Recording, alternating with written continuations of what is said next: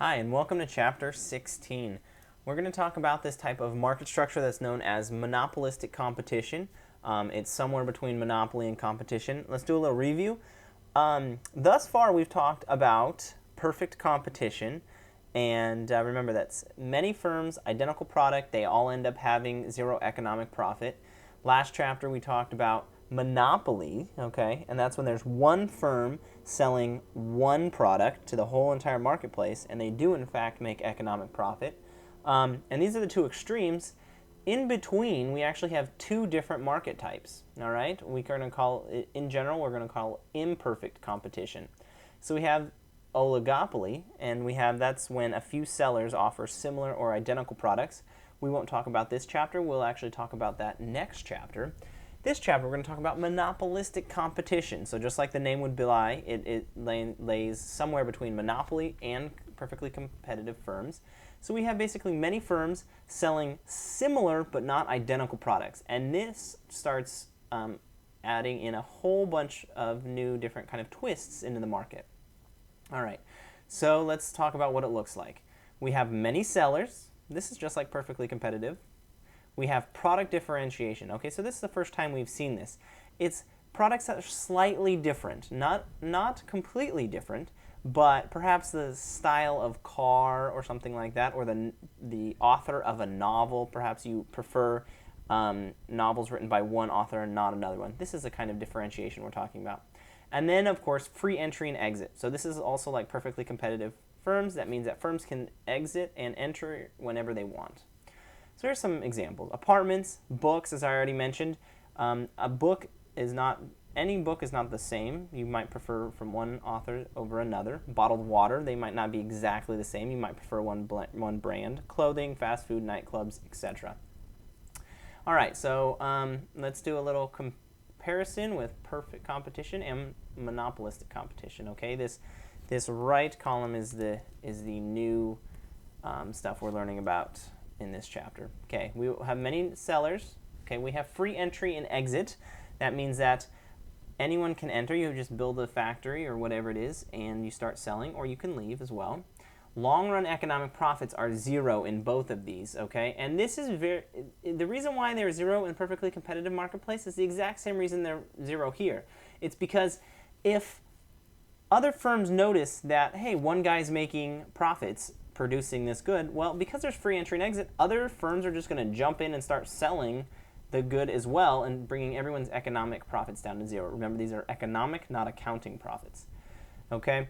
And this is the big difference, right? We have differentiated products in the monopolistic competition world, and we had identical products under perfect competition world. All right. And then this goes ahead and changes the market power of the firms. So perfectly competitive firms have no market power. Okay, they're price taker. That's the key there. And a monopolistically competitive firm, yes, they have some limited market power because they sell a slightly different product. Therefore, their product, they can raise or lower the price if they want to. Remember, market power just means the ability to raise or lower price. And finally, the demand curve facing the firm is horizontal in perfectly competitive firms. Remember, this is not the market demand that's horizontal. This is the demand curve just that the firm sees, because they can sell an unlimited amount as long as it's at the market price. So it's completely horizontal. It doesn't depend on price. Whereas for monopolistically competitive firms, because they sell a product that's slightly different from the other firms, they have a downward sloping demand curve. All right, let's go ahead and compare even quicker with monopoly. All right, so we have one seller in monopoly, many sellers in monopolistic competition. Monopoly, the key here is this guy right here. There's no free entry and exit. There's what we call barriers to entry. That's what gives monopoly its unique flavor, is that only one firm can enter. For monopolistic competition, though, there are not those barriers to entry, so we can have many sellers. Okay, because of that, this is exactly why a monopolist can make long-run positive economic profits, because other firms can't enter and steal his profits away. However, in the monopolistically competitive world, this is the world we're talking about today, they're going to earn zero long-run economic profits because other firms can jump in the long run and take away the profits by producing the same good. Okay, both of these firms have market power, the ability to change price. Both of the demand curves are facing the firm are downward sloping, Monopoly, of course it's downward sloping because it is seeing the entire market demand. So the market demand we know slopes downward. Monopolistically competitive firms is downward sloping too. It's not the entire market, but it is a whatever chunk of the market that they're selling to. And then finally, there's no close substitutes in Monopoly, but there's many close substitutes, not identical, in the world of monopolistically competitive firms. Okay, so let's look at a monopolistically competitive firm earning profits in the short run. So we have a downward sloping demand curve, don't forget. And then we have the marginal revenue curve, which we generated just like we learned a couple chapters back. It's lower than price everywhere. And of course, there's a marginal cost curve, and I'll throw in an average total cost curve as well. Now, the condition for profit maximization is always that marginal revenue is equal to marginal cost. This is always true in any type of market structure. So we're going to go ahead and look at, hey, where's the profit maximizing point? Well, it's the point where marginal revenue equals marginal cost. That's the Q that they're going to produce. And the question, how much will they sell it for? Well, it would be not a good idea to sell it at this price. Not a good idea because, hey, you can actually sell all the way up to the demand curve. The demand curve is telling us the maximum amount that the price could be. So let's go ahead and sell it at that maximum price.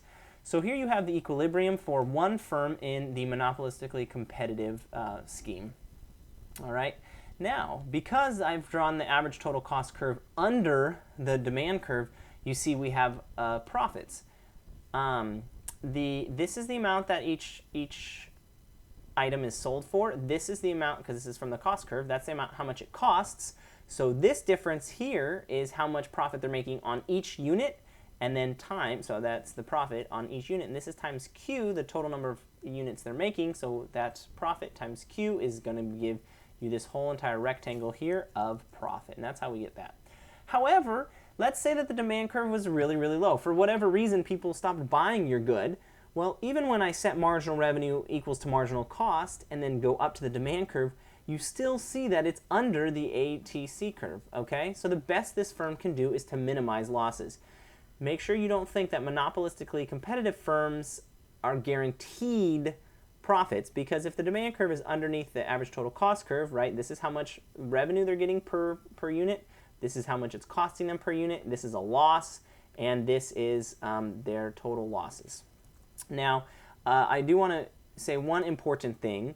Remember that this is only valid if the AVC curve, let's say that the AVC curve is down here. Let's call this the AVC. Remember, the AVC curve has to be below the price, because if at any point in time the AVC curve is up above, maybe it was up here or something, if the AVC curve was up above the price, the firm should shut down immediately, okay? But in the short run, recall, when the AVC curve, you're at least making as much as the average variable cost, the AVC, but you're not quite making as much as the ATC. That would be some sort of a condition here that I drew with the price being in between the AVC and the ATC curves. You should go ahead and produce in the short run, but try to exit in the long run, okay? Let's compare it with Monopoly. So in the short run, it looks exactly the same, okay? Remember, the short run is just the length of time that it takes to convert all of your fixed costs into variable costs. So perhaps if your fixed cost is your factory, you have to build a factory. If it takes 1 year to build a factory, that's the limit between short run and long run. In the long run, though, is where this kind of market scheme gets a little bit different. Entry and exit drive economic profit to zero. So other firms are going to enter because there's no reason not to. As long as they can set up a factory and start producing this good, it's going to drive economic profit to zero, okay? So look, if there's profits in the short run, new firms are entering the market. It's going to take away some demand from the existing firms, and then prices and therefore profits will fall. How far will they fall? As far as they can until everyone's earning zero. In the same token, if there's losses in the short run, people are going to exit the market, and then the demand curve will go up, and the remaining firms will enjoy higher demand and prices, but the demand curve will only rise until everybody's making zero economic profit. All right, I want to show you how this works. So remember our demand and our marginal revenue curve, okay, and we match the demand, the marginal revenue equals marginal cost, because that's the condition for profit maximization, and we have this area here that's profits per unit, and then the total profit is this rectangle here. Now, as in the time that it takes to turn from the short run to the long run, meaning the time it takes to perhaps build a factory, after firms are going to look and see that this firm is making profits, they're going to start building their factory. Once these factories come online, what that's going to do is that's going to end up making the demand curve for this guy's product go down. So perhaps his demand curve is going like this, because now there's other firms that are stealing his demand, okay? So this is the new demand. This is going to happen all the way until this is his new demand curve, okay? And you'll see that at this point, they're making zero economic profits because both the price that it's selling for and the cost is equal. So the demand will fall until it gets to this point here. That's how the transition to long run happens for these kind of firms, okay? There was profit, but then in the long run, the demand curve falls down to here. That's not a very straight line, but you'll get the picture. The demand curve falls, and it makes this profit go away. All right. So in the long run, we end up looking like this, where the demand curve has fallen all the way as far as it can, where no firms are making any money because the price they're selling it for is exactly the average total cost. I misspoke. Firms are making zero economic profit. They're still making some positive accounting profit. That's how they stay in business. Okay? So the entry and exit occurs until the profit is equal to zero. This is also kind of interesting. Notice that the firm charges a markup over marginal cost, meaning this is how much it costs to make the good. That's the marginal cost. But they are, in the long run, they're charging higher than marginal cost. Go back to the slideshow for perfectly competitive firms, and you'll see that perfectly competitive firms in the long run charge exactly marginal cost. Okay? So this additional price is called markup. And it's a bit of a problem, actually. It makes it less efficient than perfectly competitive firms. Okay, for two reasons. First is excess capacity. In perfectly competitive firms, the firms all produce at the bottom of the average total cost curve, meaning it's the cheapest to produce there. And if you go back a slide, you'll see that in monopolistically competitive firms, they don't actually produce at the lowest part of the ATC curve. They're still on the downward sloping part, okay? So this is called excess capacity, meaning we would want them actually to produce a little bit more Q if they could.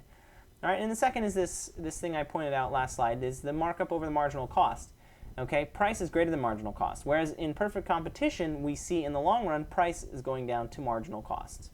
All right, and we call that additional price they charge, we call that markup. All right, so let's see, how does this affect welfare or people's happiness for all of society? Well, they don't have all of the desirable welfare properties of the perfectly competitive markets. Remember, perfectly competitive markets maximize total consumer and producer surplus, and the sum of that is total surplus. Okay? Because the price is higher than the marginal cost, the market quantity is too low if we are thinking about what's the best for society, the socially efficient quantity. All right? But policymakers can't really fix this because firms are earning zero profits at this point. So you can't require them to lower the price and increase the quantity because they're already earning zero profits. If you require them to lower the price and increase the quantity to fix the quantity problem, you'd actually run these companies out of business because they're already earning zero economic profits. Okay? And here's another problem, actually. The number of firms in the market may not be optimal due to external effects from the entry of new firms. So when new firms come in this kind of marketplace, we get this product variety externality. Remember when we learned back a couple of chapters ago about externalities? If there's a positive externality, which is this product variety externality is a positive externality, the equilibrium outcome is going to be too few or too small. So there's going to be too few firms. And this basically, the idea here is that I am happy, I get some sort of a surplus. This is not like meaning too many goods surplus. This is like my happiness surplus, like consumer surplus. All right, I get some sort of consumer surplus I get from new goods, and the new goods come from the new firms that come in and they bring their goods. All right, and then there's a negative externality actually. We call it the business stealing externality. When new firms come into the marketplace, they steal business away from the other firms. Okay, so it's exactly hard. It's hard to see what is the right quantity here, and it's hard to know if the monopolistic competition is arriving at the right quantity of firms. Okay, but there's the key here. There's no easy way to improve this outcome. All right, let's do a quick little exercise here. I want you guys to think. We've studied 3 market structures so far: perfect competition, monopoly, and monopolistic competition. The question I'm asking you is, which one of these would people advertise? And I want you to think why or why not. And then after you can think of that, tell me whether if advertising you think is good or bad. Why don't you pause, and then when you're ready, go ahead and hit play. All right, so let's think about something here. Monopolistically competitive industries, you might actually have the very first need for advertising. Okay, under a perfectly competitive firm, they don't need to advertise because everyone's selling the exact same product. Monopolists don't need to advertise because they are the only seller in town. But in monopolistically competitive industries, the differentiation of the products naturally leads to the use of advertising. So we'll only see advertising in a monopolistically competitive firm. In general, the more differentiated the products are, so the more different they are, the more advertising that firms spend money on. If they're almost identical, we won't see that much advertising. Okay? And then the answer to the second question is there's not really a right or wrong. It's unclear whether advertising is good or bad. We'll talk about that a little bit more. All right. Why could advertising be bad? Well, because it's kind of a waste of money. It's not producing anything, the advertising is, right? So maybe instead of wasting their money on advertising, they could be wasting their money on, or using their money to produce other goods.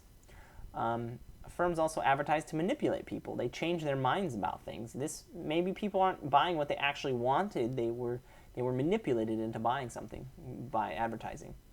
Okay, and it also creates the idea that products are really more different than they really are. And you see, when you have these differentiated products, it starts the firms acting in monopolistically competitive scheme. And really, we see that it has these welfare problems the monopolistically competitive marketplace does. So in that way, it prevents perfectly competitive firms from acting like they're in a perfectly competitive industry, even if they are. All right. However, the defenders of advertising say that, well, perhaps it provides useful information to buyers. Okay, I learn a little bit more about my product and if I want to buy it or not because of advertising. And then when people are informed, then they can exploit price differences. So they can say, well, this product is really not any better than the other one, and I learned that because of the advertising, so I'm just going to go ahead and buy the cheaper one. Perhaps it might be better. Okay, it might promote competition, and it doesn't allow firms to raise their prices as much. Okay, so there was a study actually done on advertising, and this is kind of interesting. Eyeglasses were more expensive in states that prohibited advertising, and than in states that did not restrict such advertising. Okay, so if you don't have advertising, the glasses are more expensive because you're less aware of how much the eyeglasses were in other states. So just like a little interesting idea. Okay, advertising can be a signal of quality because if a firm is willing to spend thousands or millions of dollars on advertising, you might get the idea that the firm is selling a good product, or else they wouldn't be willing to spend that much money on it. Okay, and so the advertisement might convince me to buy it the first time, but then if I'm going to be a repeat buyer, I'll know once I buy the good if it's good or not. And so then I figure that firms who are going to spend a lot of money on advertising have a pretty good product to begin with. Okay, and that's because of this. The most expensive ads are not worthwhile unless they lead to repeat buyers. So when I see an expensive ad, I must think that the product must be good. So that's kind of a useful outcome of advertising. We have brand names, which is firms that advertise a lot and try to differentiate their product, and they become brand names. And this is the opposite of a generic name, which is a generic name is any other firm in the market that's not making anything special. Okay, so brand names usually spend more on advertising and they charge higher prices for their products. So just the same as there with advertising, we're not really sure if brand names help or hurt society. Okay, here's what people who are against brand names say. They say that they cause consumers to perceive differences that don't really exist. This is the same exact critique that that advertising had, right? We're not really sure if people are willing to pay more for brand names because they're better or just because they kind of got duped into it by the advertising. And if we eliminated trademarks, we would reduce the influence of brand names. Everybody would seem like equals, and what would end up happening would turn into a perfectly competitive marketplace. And we want a perfectly competitive marketplace because that's the way that's best for society. Okay? However, the defenders say that the brand names do provide information about quality, right? Because if you have a brand name, you have an incentive to maintain their quality, so they're going to produce good products in order to keep their brand name looking good. So the conclusion here is that differentiated products are everywhere. Examples of monopolistic competition are everywhere. Monopolistic competition, remember, is a differentiated product. This is the first type of product that there's a reason for advertising. But we're not sure. We do know that monopolistically competitive firms are not as ideal as perfectly competitive firms, but we're not really sure how to improve upon it.